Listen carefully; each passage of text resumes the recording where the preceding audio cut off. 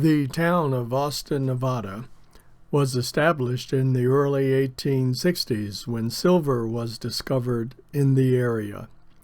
Shortly after completion of the Transcontinental Railroad line in about 1869, the mine owners and business people pushed to get a rail line to connect to Austin.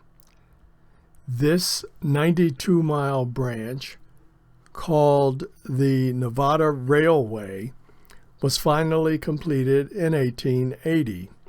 This proved to be a much faster and cheaper way to transfer ore and receive goods from the main line at Battle Mountain.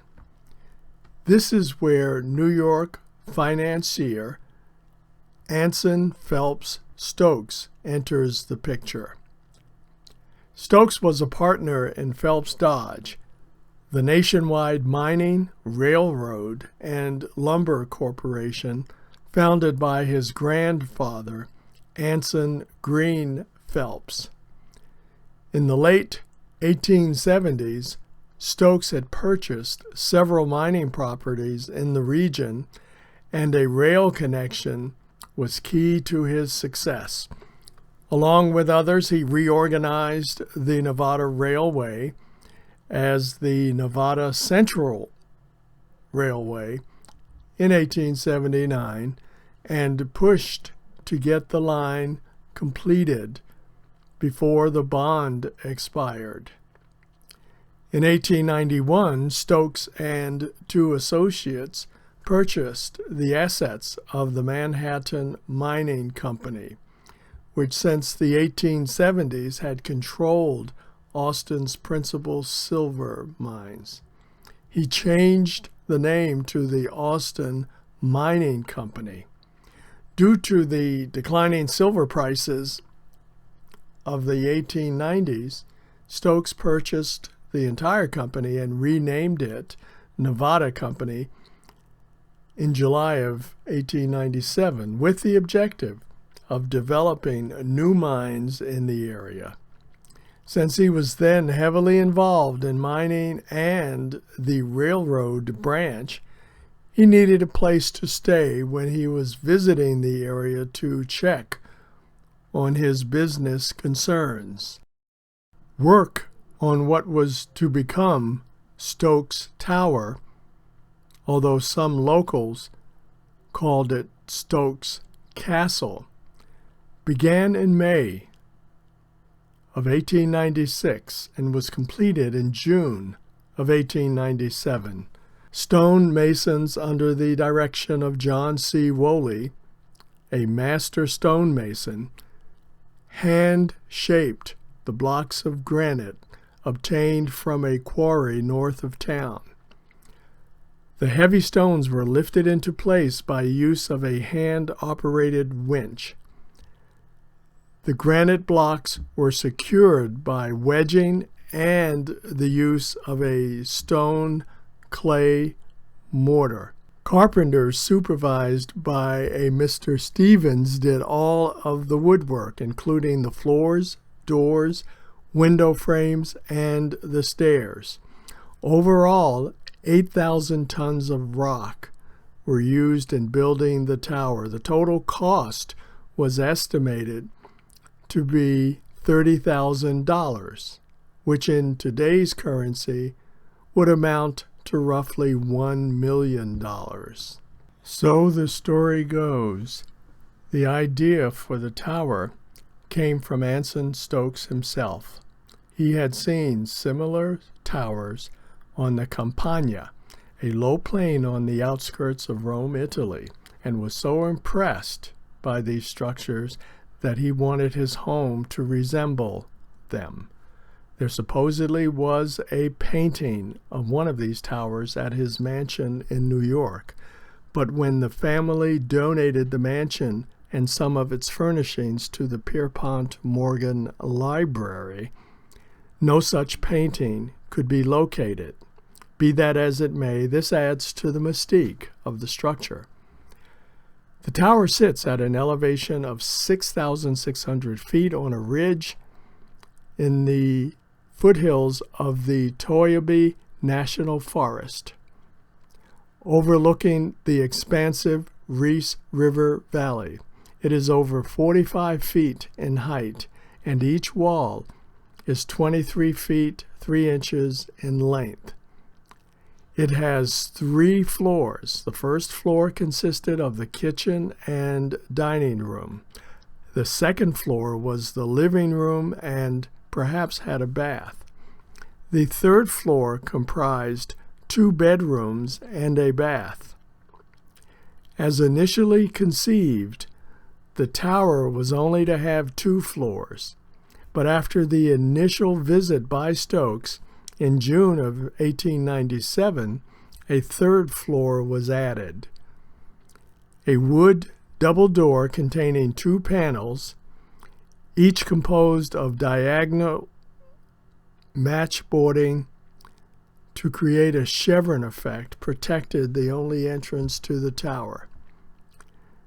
There are several large windows on the balconies, as well as the west elevation of the tower, which were made of plate glass and allowed for a sweeping view of the valley below.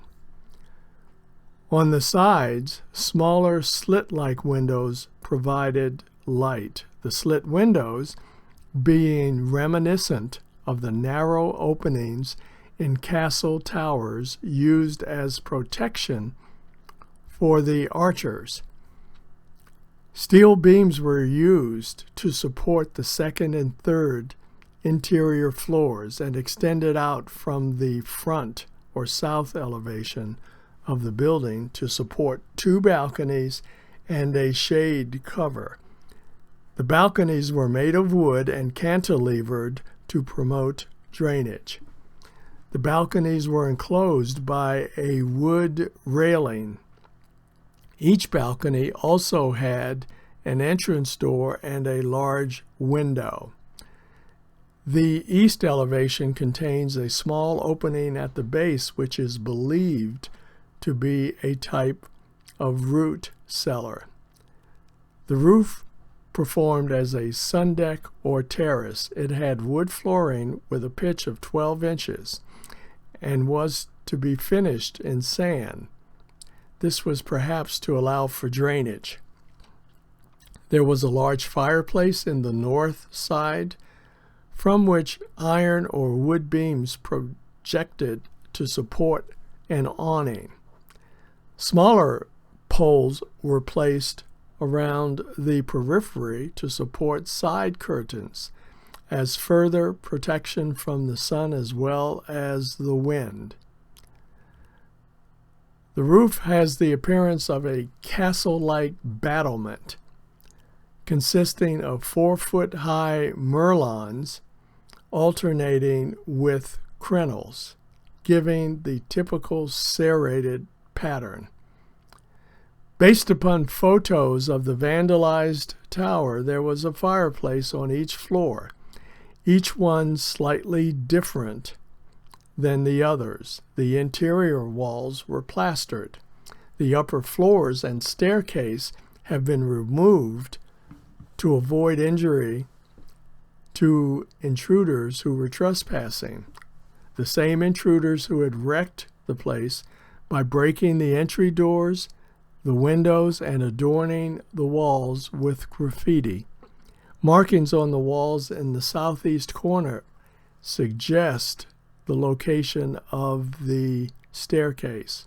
Holes in the walls on the 2nd and 3rd floors indicated where the bathroom plumbing was located. The elaborate furnishings had been sold when the tower was sold by the Stokes family, so that no remnants of how it was furnished remained. Use of the tower by the Stokes family and associates is often quoted as being for only 2 weeks. However, documented visits suggest otherwise. The June 23, 1897 local newspaper reported the first visit by Anson Phelps Stokes, accompanied by his son and business associate J.G. Phelps Stokes, as well as some other associates. The Stokes party left in early July, but the son returned in September of that year to inspect the castle's third-floor addition. Anson and his son returned in October of 1897. The following year, the son spent most of February at the tower. Anson and J.G. Stokes, his son, stayed in the castle one last time in June of 1898. They were there to deal with one of the partners who had embezzled over $300,000 from the business. The loss to the Stokes mining enterprise at Austin was more than could be sustained. As J.G. Phelps, the son, later noted, shortly after that last visit, the mines were sold, and a little later the tower was sold as well. Stokes Castle then entered a period of neglect. In 1940, it was reported that the tower was the quote-unquote prey of wanton visitors. The balconies had been removed to discourage vandals.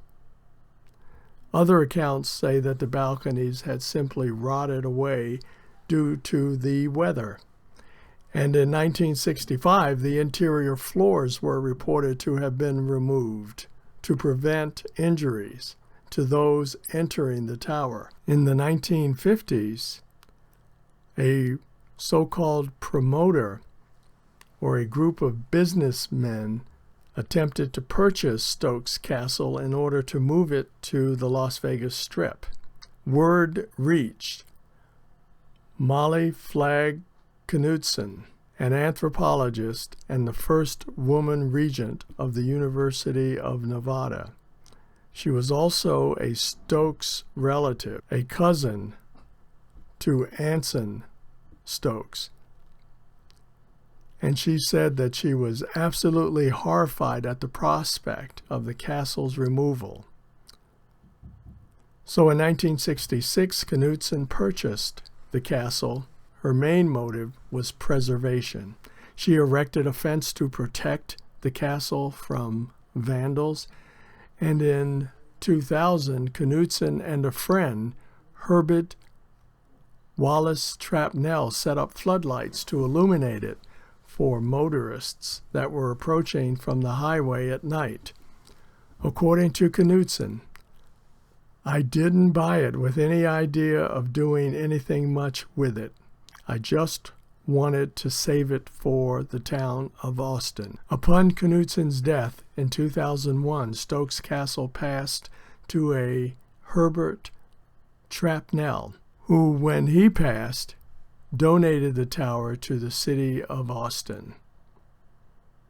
In 2003, the tower was entered into the National Register.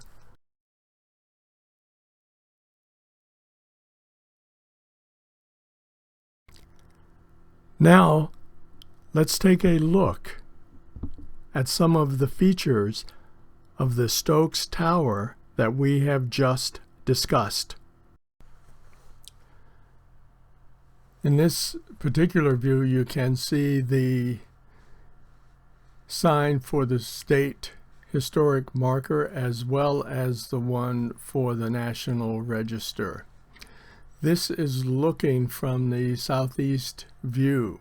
You can see those rails sticking out from the structure. Those were actually railroad rails that were used to support the balconies as well as the internal floors.